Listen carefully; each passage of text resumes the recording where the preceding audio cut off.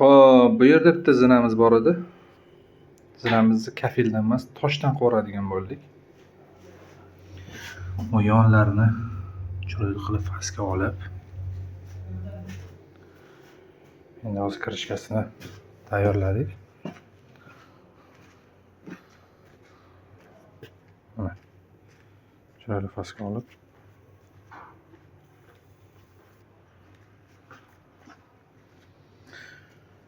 mikrofaska deyiladi buni.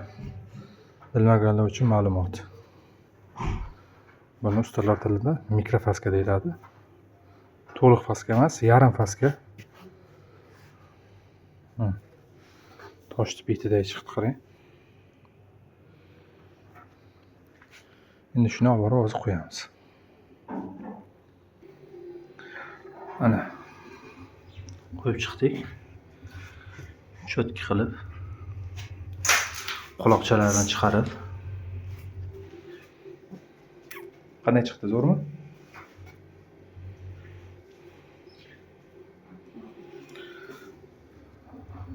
Bitta like bosib qo'ymasangiz bo'lmaydi.